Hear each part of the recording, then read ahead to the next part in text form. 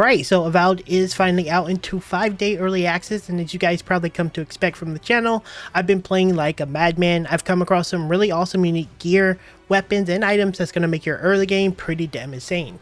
This includes a plethora of elemental focused weapons that have both fire and ice, with a good enough variety to suit different playstyles. Alongside that, there's a mixture of armor sets, including some pretty powerful effects, and of course a full set of unique accessories. And the best part of this is you can do this before you even complete a single quest in the game. With that said though, let's dive right on in and start with these weapons.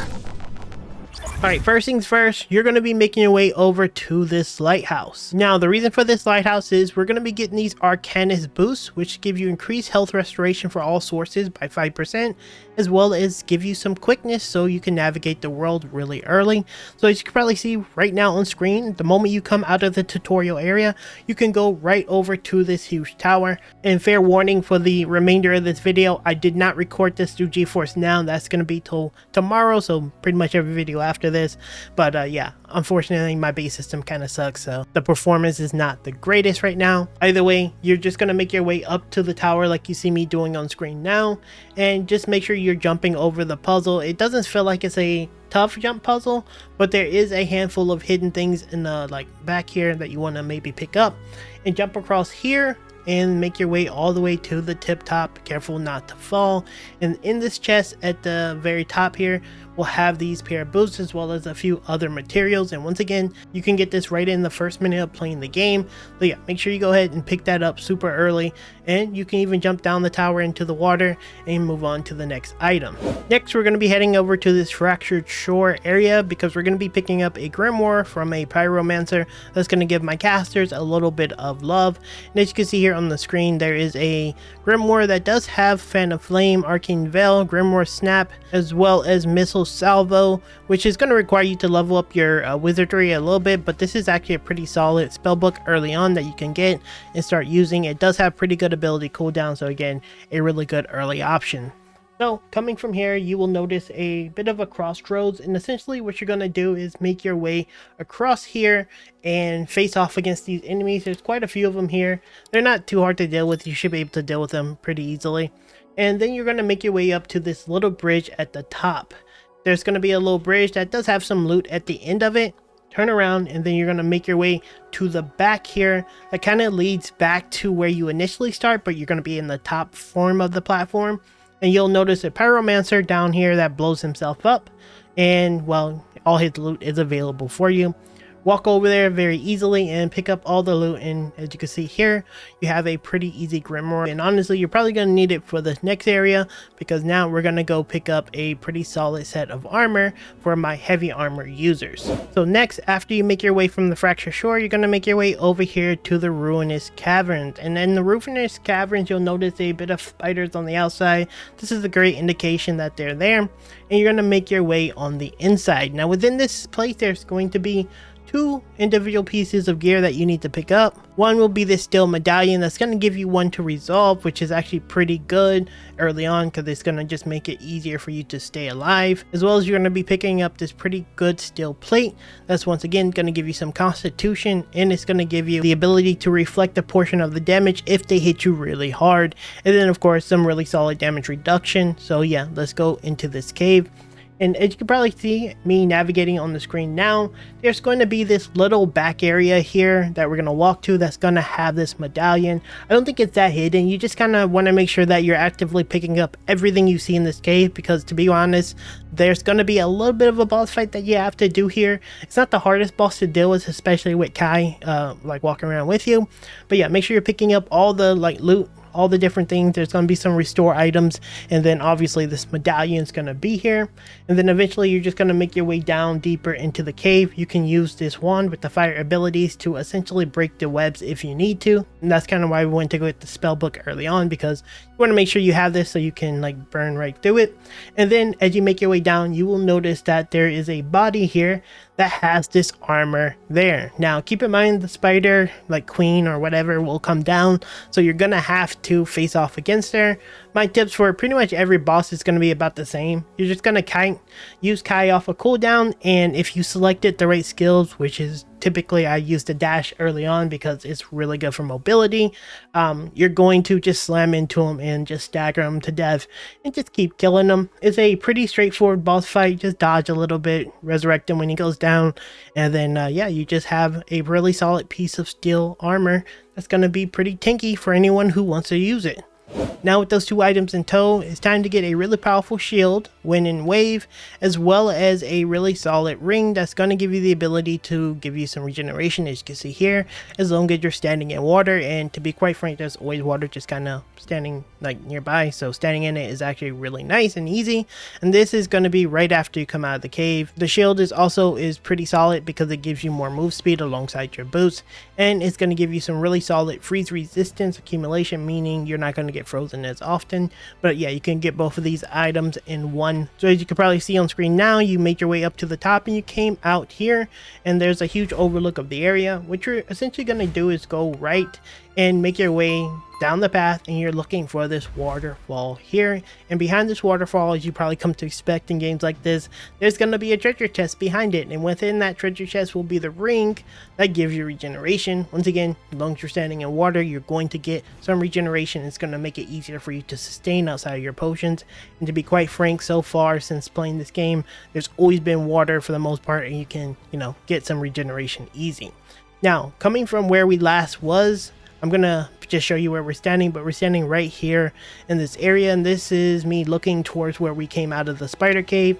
And if you jump into the water here and you see this little rubble, you'll notice there's a little hidden cave here that leads to a treasure chest, and most importantly, the shield that we talked about a second ago. So make sure you pick up this treasure chest and get all the extra resources, because you're going to need it for upgrading later.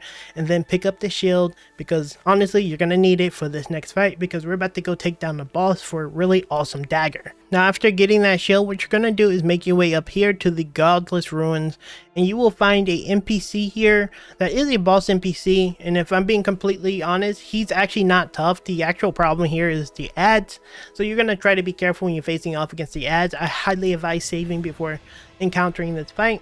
But the focus here, in my opinion, is just kind of staying on top of the boss for the most part. What you're going to do is kite him out with your magic wand, dealing as much fire damage as well as like base attack damage as possible. And essentially whenever you call Kai, he's going to do a big burst of like stun damage, and from there I would cast my fire spells, because he's going to automatically aggro to Kai, and you can just get a full-fledged fire blast off on him, kind of retreat and base attack him, and then whenever your dash is off cooldown, you're going to dash into him, because it does give a pretty sizable amount of stun buildup, and you can kind of just do the down stagger attack on him pretty regularly as long as you're doing this combination. Again, I picked up the dash early on because it's a mobility skill built in that deals damage, and that's usually pretty powerful and probably your first choice you want to pick whenever you're playing any RPG game. But you don't necessarily need it. You can just kind of kite for the most part and just use Kai off cooldown and res when you need. And he was actually pretty easy because, again, as I told you, there's water always in the area, and standing in the water is going to regen. You're just going to try to stay out of the line of sight of the ads, because they're actually strong, and you can just eventually whittle him down and take his dagger and just finish off the area. Looking at the stats on it, it has 9% base crit as well as some decent physical damage. So in my opinion, I'm going to be using this because it can set things on fire, and then you can enchant the fire part of it fairly easy. So in my opinion, make sure you're picking this one up. I think it's going to be very key to rogue-based players, and honestly, it feels very powerful. It has some really solid stun on it too per attack, so I really like it a lot. Alright, next, I'm going to be showing you guys how to get the Last Light of Day. This is a very unique one-hand melee weapon. I think it's probably one of the best weapons you're going to get early on, and it is fire focused, but what it does is it's killing an enemy restores 3% of your max HP, as well as hits still 5% bonus fire damage. It has a really cool attack animation, and again, is a one-handed unique that does a good amount of damage for my one-hand warrior playstyles, and it pairs really well with a lot of the gear you got already. So let's dive on into that. And from the Godless Ruins, you're going to make your way up to the Pilgrim's Path. Now on this path, there is going to be a plethora of enemies that you need to face off against and, pretty much, go through. And you're essentially going to see some NPCs on the outside, and this is a great indication that you're going the right way. I didn't specifically talk to anyone because, to be quite frank, I don't care to do quests. I wanted to explore the world quite a bit, but when you go in here, this is going to be the main quest area. Now, I'm not going to sugarcoat it. This area is fairly long. There's quite a bit to do here, and there's going to be some story-based stuff I don't want to necessarily spoil, if that makes sense, because the game isn't out yet for most players. But for the most part, you're just going to go through the entire quest, and you're essentially looking for a relic that you need to get in order to give to this guy, because he kind of wants the relic. I personally like hoarding everything for myself, so I told him I didn't want to give it to him, and I wanted to kill him essentially. But yeah, just make sure you hold on to it. I don't know. You can do whatever you want. I want to hold on to it. But essentially, you want to make sure you just pick the most negative stuff to say to him, because you essentially want him to become an enemy, and I felt that would be the best way to do it. And you want to pretty much attack and kill him. You can complete this area if you want. I didn't. I left because, again, I wanted to go explore a little bit more, because this was the key item, I believe, in the area. But yeah, good item. Let's move on. All right, next, we're going to be going to get a very cool axe that has the ability to freeze enemies. So if you're an axe user, let's go get you an axe. So leaving the pilgrim path, what you're going to do is make your way all the way to the Watcher's Mirror. There's going to be a camp here that I highly recommend you rest at. About this part is going to be the Rise Party camp here. In this camp, you can just come back to anytime you want, and it seemingly doesn't seem to impact your game. I don't know. I haven't really played too much, but you can just rest here and, you know, just get ready. And you're just going to make your way to this path that you see here on screen, to this godless area, and you're going to make your way all the way to the edge of the bridge. And there's going to be like some story beats here that you can do. I got something that gave me like some HP regeneration, extra HP actually.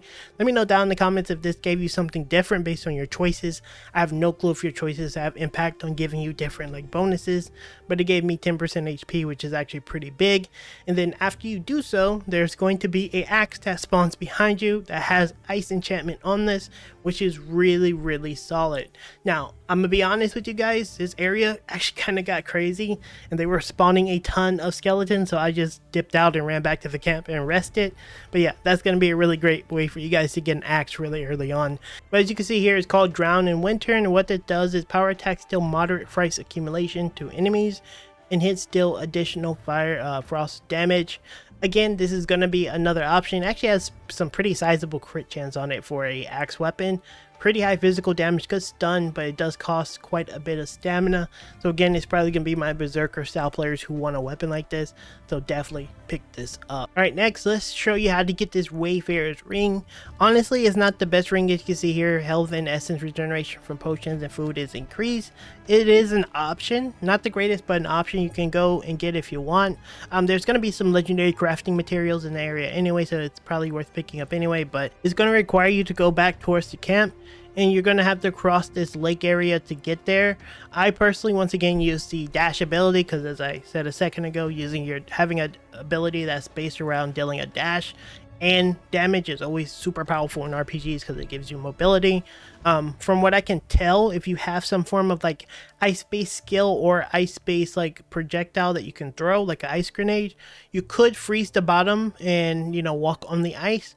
But make your way up to this house after you get across, and within this house there's going to be a chest at the very top that has a legendary crafting material.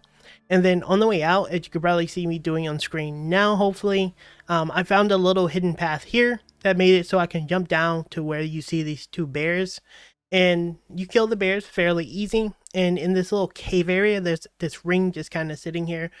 So make sure you pick it up. Not the best ring in the world, as I said a second ago, but it is okay.